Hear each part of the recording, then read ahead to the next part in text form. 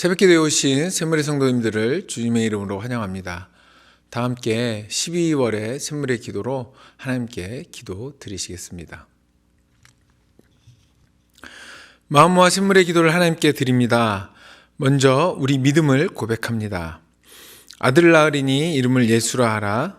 이는 그가 자기 백성을 그들의 죄에서 구원할 자이심이라 하니라. 아멘.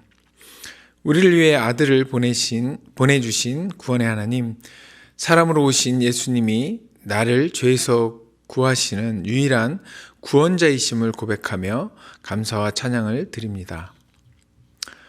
교회와 예배를 위해 기도합니다. 지극히 높은 곳에서는 하나님께 영광이요, 땅에서는 하나님이 기뻐하신 사람들 중에 평화로다 하니라. 아멘.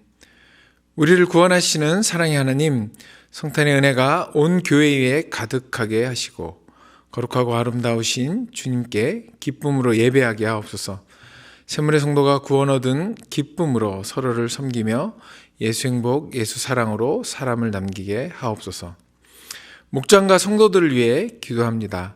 보라, 처녀가 잉태하여 아들을 낳을 것이요 그의 이름은 임마누엘이라 하리라 하셨으니 이를 번역한즉 하나님이 우리와 함께 계시다 함이라. 아멘. 임마누엘 되시는 하나님 아버지, 샘물의 목장마다 하나님의 임재를 경험하게 하옵소서. 언제나 함께 하시는 주님을 본받아 함께 웃고 함께 울며 함께 기도하는 목장이 되게 하옵소서. 건강이 연약한 성도들을 치유해 주시고 여러 고난과 고통 중에 있는 성도들에게 주님의 손길이 함께 하옵소서. 다음 세대 청년들을 위해 기도합니다. 집에 들어가 아기와 그의 어머니 마리아가 함께 있는 것을 보고 엎드려 아기께 경배하고 보배압을 열어 황금과 유향과 물약을 예물로 드리니라. 아멘. 샘물의 자녀들과 청년들에게 하나님을 알고 세상을 분별하는 참 지혜를 주옵소서. 하나님을 전심으로 사랑하는 보배로운 믿음으로 오직 주님만 높이고 경배하게 하옵소서. 진학과 취업과 결혼 등 인생의 여정을 주님과 동행하며 주의 복을 누리게 하옵소서. 전도와 선교를 위해 기도합니다. 이는 한 아기가 우리에게서 낳고 한 아들을 우리에게 주신 바 되었는데 그의 어깨에는 정사를 메었고 그의 이름은 기묘자라 모사라 전능하신 하나님이라 영존하시는 아버지라 평강의 왕이라 할 것임이라. 아멘. 왕이신 하나님, 대한민국을 다스려 주옵소서. 이 나라의 정의와 공의가 서게 하시고 하나님을 경외하는 지도자와 백성이 되게 하옵소서. 선교사님들의 사역을 통해 온 열방이 예수 이름을 부르게 하시고 주의 평화가 임하게 하옵소서. 우리를 구하러 이 땅에 오신 예수님의 이름으로 기도드립니다. 아멘. 오늘 저와 여러분에게 주신 하나님 말씀은 로마서 15장 1절에서 6절의 말씀입니다. 믿음이 강한 우리는 마땅히 믿음이 약한 자의 약점을 담당하고 자기를 기쁘게 하지 아니할 것이라. 우리 각 사람이 이웃을 기쁘게 하되 선을 이루고 덕을 세우도록 할지니라. 그리스도께서도 자기를 기쁘게 하지 아니하셨나니 기록된 바 주를 비방하는 자들의 비방이 내게 미쳤나이다 함과 같으니라. 무엇이든지 전에 기록된 바는 우리의 교훈을 위하여 기록된 것이니 우리로 하여금 인내로 또는 성경의 위로로 소망을 가지게 함이니라.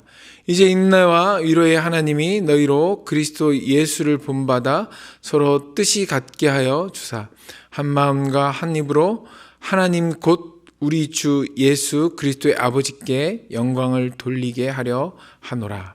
아멘. 로마서 15장 1절에서 6절의 말씀을 가지고 그리스도를 본받아라는 제목으로 여러분에게 하나님 말씀 전하겠습니다. 로마서는 복음의 진수가 담겨 있는 책입니다. 뿐만 아니라 그리스도의 몸된 교회가 지향해야 할 바를 담고 있습니다. 특별히 오늘 본문은 예수 그리스도를 본받아 살아가야 하는 그리스도인이 교회 공동체에서 어떻게 갈등을 극복하고 연합해야 하는지에 관해 말씀하고 있습니다. 오늘 본문을 통해 교회 공동체를 향한 예수님의 간절한 소망과 그리스도인으로서 우리가 교회 공동체 안에서 지향해야 할 모습은 어떤 것인지에 관해 말씀 전하겠습니다. 말씀을 통해 그리스도를 본받아 교회 공동체의 덕을 세워가시는 성도 되시길 소망하며 하나님 말씀 전하겠습니다. 예수 그리스도를 본받는 교회 공동체는 어떤 모습이어야 할까요? 첫 번째로는 연약함을 숨기지 않는 공동체입니다. 좀 더 풀면 어떤 사람의 연약함이 감춰지지 않고 이렇게 드러나는, 드러날 수 있는 그런 공동체를 말합니다. 교회 공동체 안에는 저마다 다른 여러 가지 상황을 가진 사람들이 모입니다. 그래서 어떤 사람은 신앙적으로나 또 경제적으로나 사회적으로 강할 수 있습니다. 반대로 사회적으로나 신앙적으로 연약한 지체도 있습니다. 그런데 그 연약함을 감추지 않고 드러내고 그 연약함이 드러나더라도 공동체가 흔들리지 않으며 그 연약함으로 선을 이루고 덕을 세울 수 있는 공동체, 그 공동체가 바로 그리스도를 본받는 교회 공동체입니다. 오늘 본문 2절의 말씀입니다. 우리 각 사람이 이웃을 기쁘게 하되 선을 이루고 덕을 세우도록 할지니라. 제가 지금 사랑부를 담당하고 있습니다. 사랑부를 담당하고 있을 때 어떤 한 형제가 새로 왔습니다. 참고로 현재 사랑부는 30여 명의 장애인과 30여 명의 교사가 함께 예배를 드리고 있습니다. 교사가 많이 부족합니다. 교사로 좀 지원해 주시면 감사하겠습니다. 다시 처음 온 형제의 이야기로 돌아가겠습니다. 그 처음 온 형제는 적응이 아마 힘들었던 것 같습니다. 예배 시간 내내 앞쪽 강단을 보지 않고 반대로 뒤로 앉아서 예배를 드렸습니다. 아주 커다란 덩치에 두 다리를 의자 등받이 사이에 넣고 그 공간에 어떻게 넣는지 할 때는 그 큰 다리를 공간 사이에 넣고 움직일 수도 없도록 만들어서 뒤를 돌아보며 예배를 드렸습니다. 한 주, 두 주를 지나면서 좋아지겠지, 앞으로 보겠지 했지만 앞으로 보기는커녕 여전히 뒤를 돌아앉아 예배를 드렸습니다. 그리고 한두 주가 흐른 뒤 이제는 설교자인 제가 뒤로 갔습니다. 그리고 모두에게 그 형제처럼 뒤를 돌아보도록 했습니다.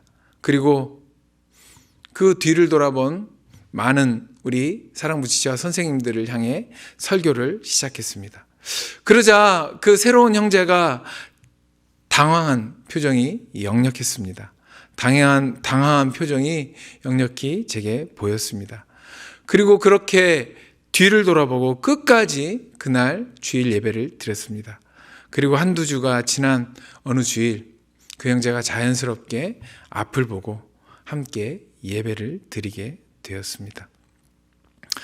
누군가의 느린 속도가 내 일정에 영향을 주고 누군가의 실수가 내 힘을 분산시키고 누군가의 흔들림이 내가 감당해야 할 돌봄이 될 수 있습니다.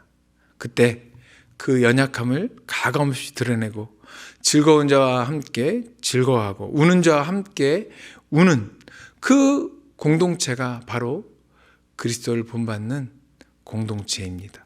그 공동체가 바로 그리스도가 우리에게 원하시는 교회 공동체입니다. 고린도전서 12장 26절의 말씀입니다. 만일 한 지체가 고통을 받으면 모든 지체가 함께 고통을 받고 한 지체가 영광을 얻으면 모든 지체가 함께 즐거워하느니라. 강한 자나 약한 자나 함께 할 수 있는 방향과 속도로 함께 가는 공동체, 그 공동체로 서가는 샘물 교회가 되기를 소망합니다. 그런데 왜 그렇게 해야 합니까? 그리스도께서 연약한 우리를 위해 속도와 방향을 맞춰주실 뿐만 아니라 자신의 모든 것을 내어주셨기 때문입니다. 그리스도께 국률을 입은 자로 무엇이 옳으냐? 또 어떤 것이 효율적이고 어떤 것이 효과적이냐를 따지기 이전에 그리스도께서 우리에게 몸소 보이신 것처럼 누군가의 연약함을 껴안으며 그리스도의 몸된 교회 공동체를 세워가시는 샘물 성도 되시길 예수 그리스도의 이름으로 축복합니다. 예수 그리스도를 본받는 교회 공동체는 어떤 모습일까요? 두 번째로는 연약함이 공동의 책임이 되는 공동체입니다. 누구도 뒤에 남겨두지 않는다는 말이 있습니다. 연약함이 개인의 결함이나 부족이 아니라 공동체의 책임으로 공감될 때 쓸 수 있는 말일 것입니다. 연약한 자를 이끌어 가거나 일시적으로 잠시 기다려준다는 말이 아니라 연약한 자와 함께 짐을 지고 함께 그 길을 간다는 것입니다. 다시 말해 서로 연약함이 개인의 문제로 남지 않고 공동체가 함께 책임을 나눠진다는 말입니다. 오늘 보면 1절의 말씀입니다. 믿음이 강한 우리는 마땅히 믿음이 약한 자의 약점을 담당하고 자기를 기쁘게 하지 아니할 것이라. 믿음이 강한 우리는 마땅히 약한 자의 연약함을 담당하라고 말씀합니다. 여기서 마땅히라는 단어는 원래 빚, 채무, 의무를 표현할 때 쓰는 단어입니다. 따라서 이 말씀은 사도 바울의 개인적이고 감정적인 그 권면이 아니라, 그리고 어떤 선택적인 배려를 하라는 것이 아니라 교회 공동체가 반드시 함께 져야 하는 책임을 말합니다. 그런데 단순히 강한 자가 약한 자에게 도덕적 부채를 진 것이라기보다는 교회 공동체 안에 속한 우리 모두가 예수 그리스도에게 빚진 자로서 우리 모두에게 그 책임이 생겼다는 말을 의미합니다. 자신에게 있는 강함으로 공동체 안에서 누리는 것이 아니라 누군가의 약함을 위해 사용하라고 주신 강함임을 깨닫고 빚진 자의 사명을 기억하라는 말씀입니다. 그리고 이것은 어떤 감정적인 공감이 아니라 실제 삶에 부과된 무게, 그 빚의 무게를 옮기는 행위를 말씀합니다. 갈라디아서 6장 2절의 말씀입니다. 너희가 짐을 서로 지라, 그리하여 그리스도의 법을 성취하라. 여기서 짐을 진다는 것은 단순히 너그러운 감정을 가지고 약한 자를 위한 봉사를 하거나 도덕적 배려를 하라는 것이 아닙니다. 그리스도께서 자신을 비워 우리에게 내어주신 모습처럼 자신의 강함을 제한하고 심지어는 포기하라는 말씀입니다. 그래서 본문에서는 자기를 기쁘게 하지 말라고 말씀합니다. 그러나 우리는 자신의 욕망과 욕심에 사로잡혀 있어 자기를 기쁘게 하는 데는 빠르지만 다른 사람의 짐을 대신 지는 것에는 너무 서투릅니다. 서투를 뿐만 아니라 우리 스스로 서로의 짐을 지는 능력은 우리 내에서 우리 스스로 만들어내지 못합니다. 그렇게 그리스도를 본받아 그리스도께서 자신을 비우고 자신의 강함을 내려놓으시고 십자가의 고난을 통해 우리의 죄의 짐을 대신 지신 모습처럼 몸소 십자가에서 우리를 위해 짐을 지신 그 모습처럼 우리의 강함을 내려놓고 빚진 자의 심정으로 자기의 비움을 통해 그리스도를 본받는 교회 공동체로, 그 교회 공동체로 세워가시는 샘물 성도 되시길 예수 그리스도의 이름으로 축복합니다. 예수 그리스도를 본받는 교회 공동체는 어떤 모습일까요? 세 번째로는 연약함을 견딜 수 있는 공동체입니다. 그리스도를 본받는 공동체는 연약함을 강하게 만드는 것이 아니라 연약함을 함께 견딜 수 있는 공동체를 말합니다. 연약한 자의 약함을 제거하는 것이 아니라 공동체가 함께 그 약함을 견딜 수 있게 만드는 과정, 그 과정을 함께 하는 공동체를 말합니다. 단순히 서로 도와주자 같은 상투적인 구호를 외치는 것이 아니라 그 연약함을 공동체가 같이 인내하는 것을 말합니다. 다시 말해 짐을 함께 지는 공동체는 약함을 해결하는 것이 아니라 연약한 자의 그 약함을 해결해 주는 공동체가 아니라 그 약함을 함께 견딜 수 있는 공동체를 말합니다. 오늘 본문 5절의 말씀입니다. 이제 인내와 위로의 하나님이 너희로 그리스도 예수를 본받아 서로 뜻이 같게 하여 주사. 오늘 본문은 약한 자를 강하게 만들라고 말하지 않습니다. 서로의 뜻을 같게 하여 연약함을 함께 지라고 말씀합니다. 연약함을 제거하라고 하는 것이 아니라 연약함을 흡수할 수 있는 공동체가 되라고 말씀합니다. 약함을 고치려는 공동체는 그 약함이 사라지지 않을 때 실망하고 지칠 것입니다. 그리고 끝내는 스스로 무너져 내리고 말 것입니다. 하지만 서로 사랑하며 오래 참고 서로 용납하는 공동체는 든든히 서갈 것입니다. 에베소 4장 2절의 말씀입니다. 모든 겸손과 온유로 하고 오래 참음으로 사랑 가운데서 서로 용납하고. 이 오래 참음, 이 인내는 단순한 고난의 견딤이 아니라 서로의 약함이 사라지지 않아도 공동체를 유지하고 지속하도록 만드는 인내입니다.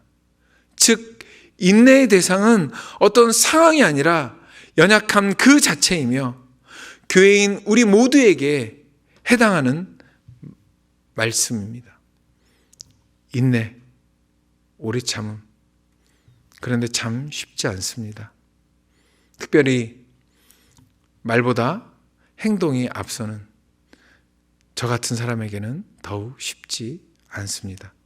아마 그런 성도님도 계실 것입니다.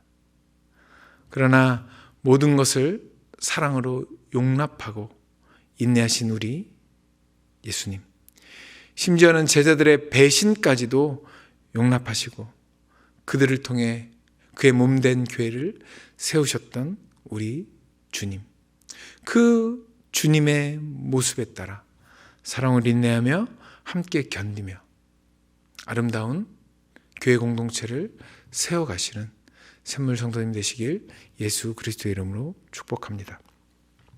말씀을 읽겠습니다. 예수 그리스도를 본받는 이 땅의 교회인 우리가 지향해야 할 공동체의 모습은 어떤 모습입니까? 첫 번째로는 연약함을 숨기지 않는 공동체입니다. 두 번째로는 연약함이 공동의 책임이 되는 공동체입니다. 세 번째로는 연약함을 함께 견딜 수 있는 공동체입니다. 이런 교회 공동체를 통해 바르고 건강한 하나님의 교회, 그런 샘물교회를 세워가시는 성도님 되시길 예수 그리스도의 이름으로 축복합니다. 아멘. 함께 기도하시겠습니다. 두 가지 기도 제목 드리겠습니다. 첫 번째로는 그리스도를 본받는 공동체는 연약한 지체들과 연약함을 함께 지고 인내하는 공동체입니다. 연약한 지체를 강하게 만드는 것이 아니라 연약한 자들의 친구가 되셨던 예수님처럼 그들을 위해 자기를 비우는 것입니다. 우리의 구주이신 예수님처럼 자신을 비우고 사랑과 오래 참음으로 모두가 함께 그 인내하며 예수님이 원하시는 교회 공동체를 세워가는 샘물 공동체가 되도록 기도하겠습니다. 두 번째 기도 제목은 샘물의 공동체 가운데 연약한 지체들이 있습니다. 경제적으로, 육체적으로 연약한 지체들이 우리 가운데 있습니다. 이들에게 도움의 손길을 허락해 주셔서 물질을 채워주시고 육체의 질병 가운데서 우리 주께서 은혜 베푸시도록, 그 고통 가운데서 우리 주님께서 은혜 베푸시도록 그렇게 연약한 우리 지체들 위해서 함께 기도하겠습니다. 그리고 각자가 가지고 오신 기도 제목 가지고 기도하시고 자유롭게 돌아가시면 되겠습니다. 함께 기도하시겠습니다.